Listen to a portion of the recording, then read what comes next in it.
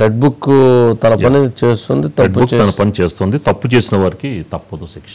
లోకేష్ గారు మాట్లాడారు నిన్న అభినందన సభలో మాట్లాడుతున్నప్పుడు వారు చేసినటువంటి కామెంట్స్. రెడ్ బుక్ తన పని తాను చేస్తుంది, తప్పు చేసినటువంటి వారికి శిక్ష తప్పదు. పాపం ఏదేమైనా కానీ వల్లభనేని వంశీ లోపల జైల్లో ఒక్కడే ఉన్నాడంటండి. బాగా ఇబ్బంది పడుతున్నాడు. తోడు కావాలి అంటున్నాడట. ఇక్కడేమన్నా పోసాని కృష్ణమురళి ఏమన్నా ఇంకెక్కడికి రాజా అంట ఆయన ఇంకొక. పాపం వాళ్ళిద్దరి పరిస్థితి. ఒకరేమన్నా ఇక్కడ కృష్ణా జిల్లాలో, ఆయన ఏమన్నా స్టేట్ అంతా తిరుగుతున్నాడు. అసలు మామూలు తిరగట్లా. రాజంపేట అంటాడు, పల్నాడు అంటారు, పల్నాడు నుంచి మళ్ళీ గుంటూరు అంటారు, గుంటూరు నుంచి ఆదోన్ అంటారు, ఆదోన్ నుంచి మళ్ళీ ఇంకెక్కడికి అంటారు.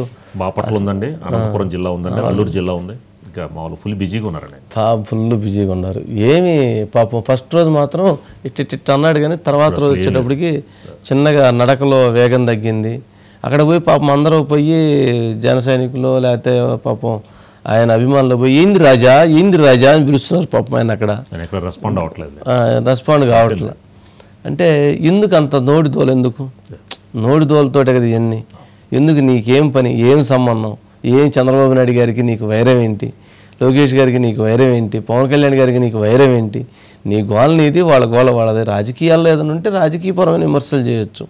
అడ్డగోలుగా పదవి ఇచ్చిన అందరూ తిడతారా ఏంటి? నీచంగా మాట్లాడటం, ఈరోజు ఏమన్నా ఇబ్బంది పడటం, ఈరోజు ఏమన్నా అమ్మో అయ్యమో ఇదేంటి నా పరిస్థితి ఏందని చెప్పని ఎట్లా ఉండటం. ఏముండిద్ది పోయి పలకరించి 5 నిమిషాల తర్వాత వచ్చేసారు. ఏముండిద్ది లోపలికనా? ఆయనకి ఏం తోడిస్తాడు, ఆయనకి ఏం నేడిస్తారు, ఏమి ఇస్తారు ఆయనకి? ఏముండిద్ది? ఆయన బయట కోర్టులో ఉంటాడు. ఆయన లోపల ఎవరంటున్నా, లోపల ఎవరు? బయటకు వచ్చిన తర్వాత అందరు పోయి పరామర్శిస్తారు. లోపల ఎవరు? జైల్లో ఎవరు? ఒకసారి బైట్స్ ప్లే చేయండి.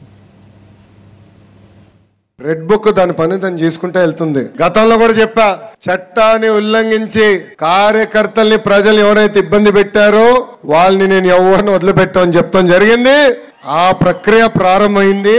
అంతేగాని ఎవరినో వదిలిపెడతాం డౌట్ మనకొద్దని ఈ సభాముఖంగా తెలుపుకుంటూ అనిల్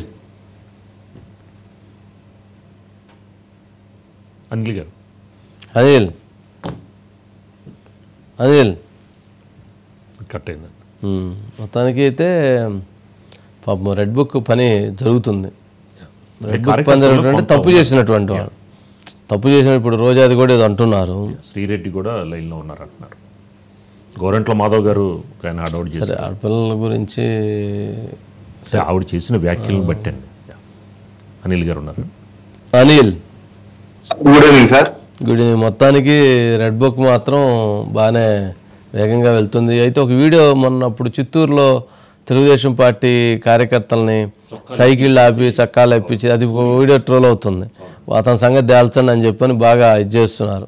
అతనికి కూడా తొందరలో అంటే చట్టాన్ని అతిక్రమించినటువంటి వాళ్ళే ఇప్పుడు మరి మిగిలిన వాళ్ళు వేయలేదే. వైసీపీలో చాలామంది ఉన్నారు కదా, మరి వాళ్ళందరూ వేయలేదే.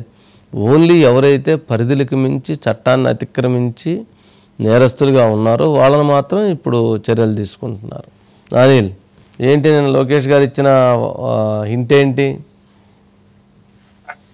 తను మొదటి నుంచి చెబుతున్న మాటలు ఏవైతే ఉన్నాయో చట్ట ప్రకారం శిక్షిస్తామని అదే విధంగా కొనసాగుతా ఉంది. తప్పు చేసిన ఏ ఒక్కరూ తప్పించుకోలేరు. వ్యవస్థలని మాయ చేసో మభ్యపెట్టో పక్కకు పోవాలంటే అది జరగదు. వ్యవస్థలకు లోబడి ఎవరైనా పని చేయాల్సి ఉంటుంది. వ్యవస్థలను అతిక్రమించి పనిచేశారు కాబట్టి వాళ్ళకి ఈరోజు శిక్షలు తప్పట్లేదు.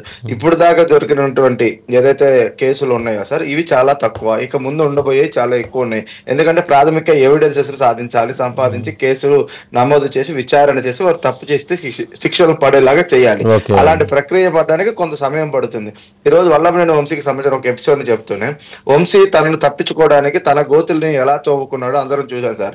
ఆ గోతులు ఆయన పూర్తిగా ఆ ఊబిలో చిక్కుకుపోయాడు. అంటే ఒక తప్పు చేయడమే కాకుండా తప్పిని కప్పిపుచ్చుకోవడానికి మరొక తప్పు చేస్తే ఎంత పెద్ద ఎత్తున ఈ రోజు విరుక్కున్నాడు. ఇలా అనేక విషయాల్లో కేసుల్లో, ఇందాక మీరు చెప్పిన పొంగనూరు ఘటనలో కూడా లోకేష్ గారు స్పష్టత ఇవ్వడం నిన్న సాయంత్రం జరిగింది. ఈ కేసులో ఇప్పటికే కేసు నమోదు చేయడం జరిగింది, ఛార్జ్ షీట్ కూడా ఫైల్ చేసాం. బాధ్యుల పైన చాలా చట్టపరంగా కొంతమంది శిక్షలు అంటే ఆల్రెడీ జైలుకి వెళ్ళారు, మరి కొంతమంది ఉన్నారు మొత్తం తప్పించుకొని తిరుగుతూ, వారిని కూడా అరెస్ట్ చేయడానికి బృందాలు తిరుగుతా ఉన్నాయి. ఎక్కడ ఎవరిని వదిలేయం, ఎందుకంటే వదిలివేయాల్సిన అవసరమే లేదు. కార్యకర్తలు 5 ఏళ్ల పాటు పడ్డ మానసిక వేదన ఏదైతే ఉందో, ఇబ్బందులు అనేవి మాకు అనుక్షణం గుర్తు ఉంటాయి. తెలుగుదేశం పార్టీ ఆవిర్భావం 42 ఏళ్ల ప్రయాణ ప్రస్థానంలో గడిచిన 5 ఏళ్ళు ఒక ప్రత్యేకమైన స్థానం ఉంటుంది. పోరాటంతో కార్యకర్తలు ఒక స్ఫూర్తిని నింపారు, సహనంతో ఎలా ఉండాలో కూడా నేర్పారనే విషయాన్ని ఆయన స్పష్టం చేశారు. అంటే కార్యకర్తకి అధినేతకు జరిగిన ప్రతి అవమానాన్ని గుర్తుంచుకునే ఉన్నాము. సమయం సందర్భం ఉంటుంది, ఆ సందర్భానుసారం మా ఈ యొక్క వ్యవహారం జరుగుతూ ఉంటుంది అంటూ కూడా చెప్పారు. అదే విషయాన్ని ఆయన మరొకసారి అంటే చట్టపరంగా చట్టాన్ని గౌరవిస్తూ, వ్యవస్థలను గౌరవిస్తూ దానికి లోబడి పనిచేస్తామనేది వారి version sir. Right Anil, right.